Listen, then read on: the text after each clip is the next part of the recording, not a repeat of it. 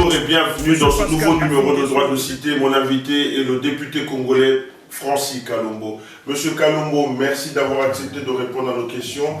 Bienvenue dans Droit de Cité. Merci. Monsieur Kalombo, actuellement vous êtes très médiatique, vous passez dans beaucoup de médias. Est-ce que vous pouvez nous expliquer ce qui se passe aujourd'hui au Congo? Et surtout, je voudrais avoir votre réaction, votre première réaction sur l'accord qui a été signé à Kinshasa à l'issue du dialogue national. Dites-nous un mot sur cet accord. Merci, je ne suis pas solidaire parce que vous m'invitez. Si vous ne m'invitez pas, je ne serai pas là. Et je vous remercie de toute façon de cette attention que vous avez par modeste personne lorsque vous m'invitez de manière à pouvoir contribuer dans ces débats qui se passent actuellement, surtout aux préoccupations de la population de la République démocratique du Congo. Maintenant, pour répondre à votre question, je crois que cet accord qualifié d'historique par le président de la République, et moi je pense que c'est le plus mauvais accord que nous avions connu en République démocratique du Congo depuis que nous avons commencé des négociations. Puisque quand vous prenez cet accord, vous allez constater qu'il y a un seul point. Et le président de la République a réussi un grand coup. Et si le peuple ne fait pas très attention, on va installer une dictature en République démocratique du Congo qui ne dira pas son nom. C'est quand vous prenez ce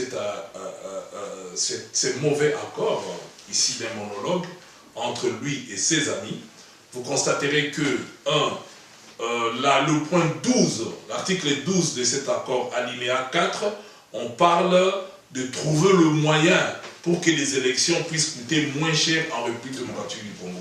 D'abord, ce n'est plus le cas, le président de la République doit partir.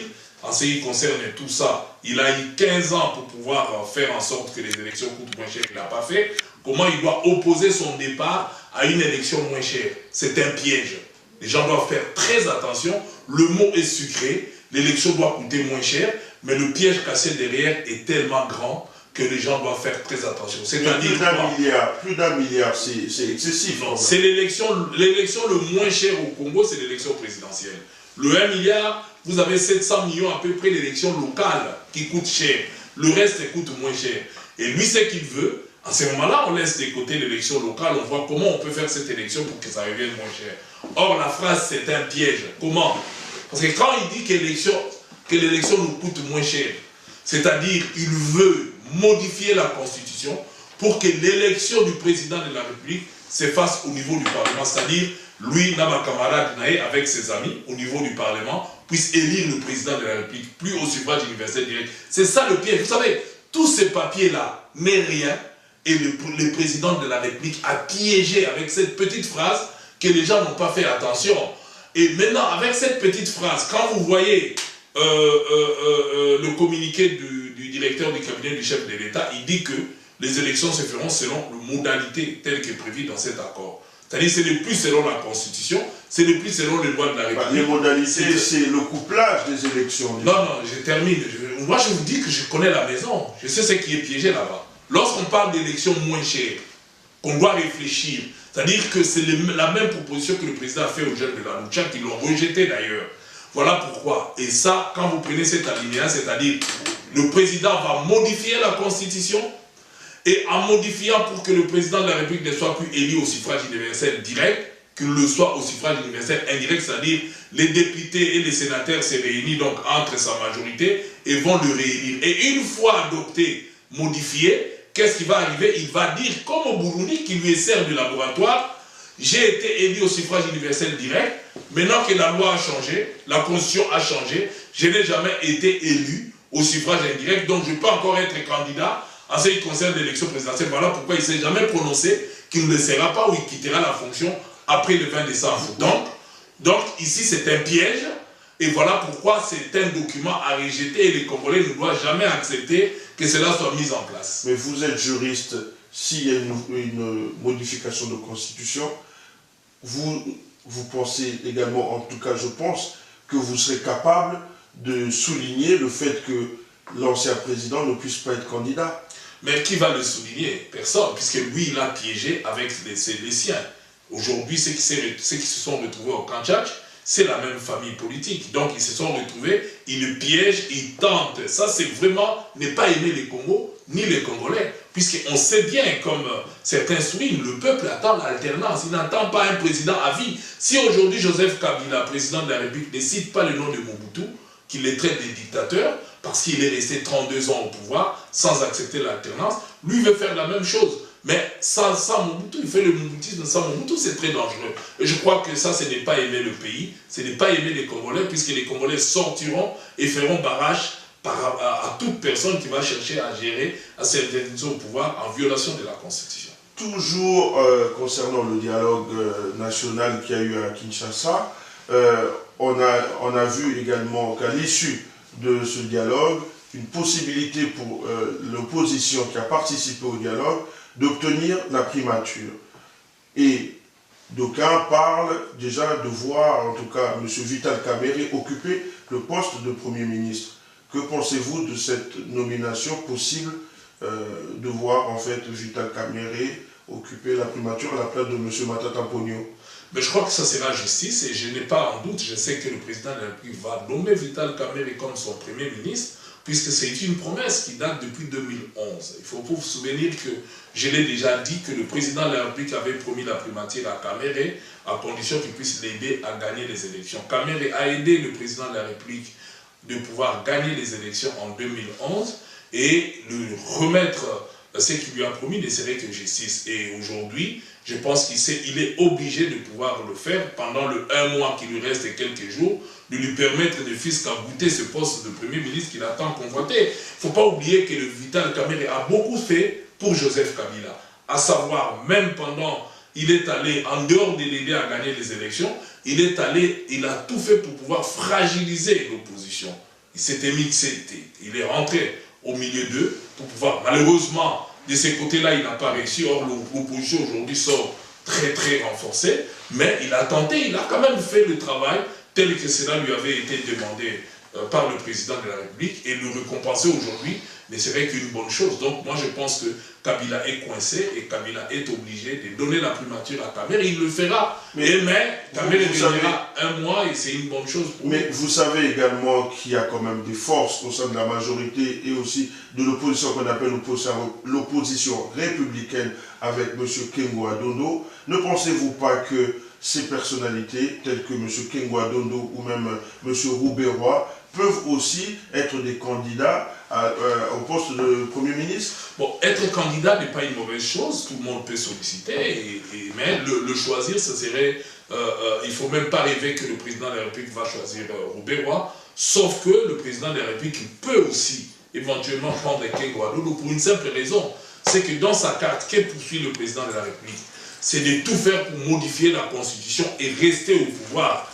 Alors pour le faire, il peut aussi nommer Kengo Adondo pour le retirer du Sénat, puisque Kengo a fait des signes pour montrer que il a fait des déclarations plutôt pour montrer qu'il va refuser la modification constitutionnelle pour permettre à Kabila de rester définitivement président de la République. Donc il peut les retirer du Sénat en lui nommant Premier ministre, promouvoir pour bien écarter, remplacer un gars à lui au niveau du Sénat, puisque nous avons la majorité au niveau du Sénat, lui permettre maintenant de fusionner et d'entamer, de faire ce travail de modification constitutionnelle, afin de lui permettre de briguer un autre mandat. Et cette modification ne viendra qu'à partir de cette disposition du point 4 en disant les élections coûtent cher, nous allons élire maintenant le président de la République au second degré, et puisque je n'ai jamais été élu au second degré, donc je reste candidat et il sera voté par l'Assemblée. Donc, c'est aussi une de ces stratégies pour lui permettre de rester au pouvoir en mettant Kengo. Ça, c'est aussi une des possibilités. En dehors de ces deux-là,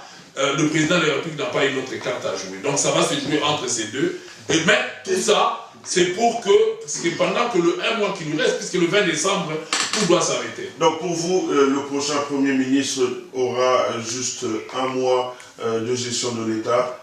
Pour moi et pour la population congolaise, donc il n'aura qu'1 mois et quelques trucs. Mais imaginons un peu, juste avant de terminer notre entretien, je voudrais vous faire réagir sur la possibilité de voir un Kengo Adondo et un Vital Kamerhe cohabiter avec des postes de vice-premier ministre. Est-ce que ça aussi c'est possible? Oui, c'est possible. En étant Kengo Premier ministre et Kamerhe vice-premier ministre, c'est possible aussi. Alors, M. Francis Kalombo, je voudrais qu'on puisse revenir sur quelque chose de très technique que, en tout cas, même au sein de la rédaction, on a eu du mal un peu à vous suivre. C'est lorsque vous parlez, vous et vos amis du Rassemblement, d'un régime spécial. Alors que l'opposition, la majorité présidentielle dénonce déjà cette idée et parle d'une idée hors la loi, hors constitution. Essayez de nous expliquer. Merci beaucoup. Je crois que ce que propose la majorité actuelle, j'ai dit que la majorité, quand je parle de la majorité actuelle, c'est-à-dire la majorité présidentielle, plus l'opposition présidentielle et la société civile présidentielle qui se sont réunis à Kanchach, propose déjà entre eux, ils n'arrivent pas à se mettre d'accord sur le terme de référence. Tantôt, certains parlent de la transition pour une période et d'autres parlent de l'intérim, alors que je tiens à vous dire que si c'est la transition, on met la constitution entre parenthèses, on le jette à la poubelle. En ce moment-là, il y a une transition pour atterrir avec une autre république, avec une nouvelle constitution. Lorsqu'il parle de l'intérim est défini par la constitution. En ce moment-là, c'est le président de la République, Joseph Kabila, qui quitte son poste au 20 décembre et c'est le président du Sénat, Kengo Adondo, qui prend la commande de la chose. Le gouvernement en place reste. Or, ce qu'ils proposent, eux, c'est le contraire de ce que dit la Constitution. Un régime spécial. Oui, je termine. C'est ce qu'ils ont proposé, c'est-à-dire ça viole totalement la Constitution, on ne sait même pas où on nous amène. Est-ce qu'à quel moment on va revenir à la Constitution? Donc, on ne va plus revenir à cette Constitution qui est, il ne faut pas oublier que c'est craché sur la mémoire de plus de 8 millions de Congolais qui sont morts pour qu'on en arrive là où nous sommes arrivés. Et c'est le fruit de consensus. Et d'ailleurs, dans ce consensus, la part du gâteau a été réservée au président de la République pour lui permettre d'être là. Mais non, ce que propose le Rassemblement, que j'approuve personnellement, c'est un régime spécial. C'est quoi? Il faut expliquer à ceux qui nous suivent. Le régime spécial, brièvement, rapidement comme un enseignant, le régime spécial, c'est simple. C'est parce que nous allons nous retrouver au 20 décembre avec un Sénat illégitime, l'Assemblée nationale illégitime, un président de la République non seulement illégitime, mais illégal aussi au même moment. Ce qui fait qu'aucune institution qui va rester en République démocratique du Congo sera légitime.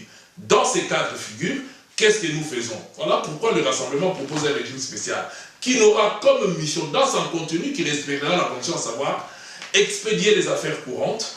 Deuxième mission, organiser les élections pour que rapidement nous puissions retourner à la légalité. Voilà pourquoi la légalité et la légitimité le plus vite possible. C'est-à-dire, il n'y aura que ça comme mission, c'est-à-dire le régime qu'on mettra en place ne va fonctionner que pour mobiliser, pour organiser les élections en mobilisant le moyen qui existe déjà, puisqu'aujourd'hui ces moyens sont détournés. Le moyen existe en République démocratique du Congo pour organiser les élections, bien que ce moyen soit détourné, non seulement détourné, mais aussi ne pas donné, mais le peu qu'on donne à la CENI. Voilà pourquoi, personnellement, je pense que là, on respecte, puisqu'on ne viole pas la Constitution. Au contraire, on revalorise cette Constitution, mais on revient... Attendez, les élections ne vont plus être organisées conformément à un papier qu'ils ont trouvé au Kanchach, mais conformément à la Constitution, telle que la Constitution le prévoit. Mais donc, c'est comme ça que ça va se faire. Vous rejetez quand même les conclusions de la Cour constitutionnelle. Mais écoutez, moi je ne rejette pas. Vous savez, il y a un principe de droit universel d'ailleurs qui dit que une loi ou une décision prise en violation de la loi est nulle et non avenue. C'est-à-dire que voilà, un arrêt pris avec 5 juges alors qu'ils ne doivent pas, ils violent. Et d'ailleurs, moi je me demande, que fait encore le président de la Cour constitutionnelle à la tête? Il va démissionner. C'est la honte.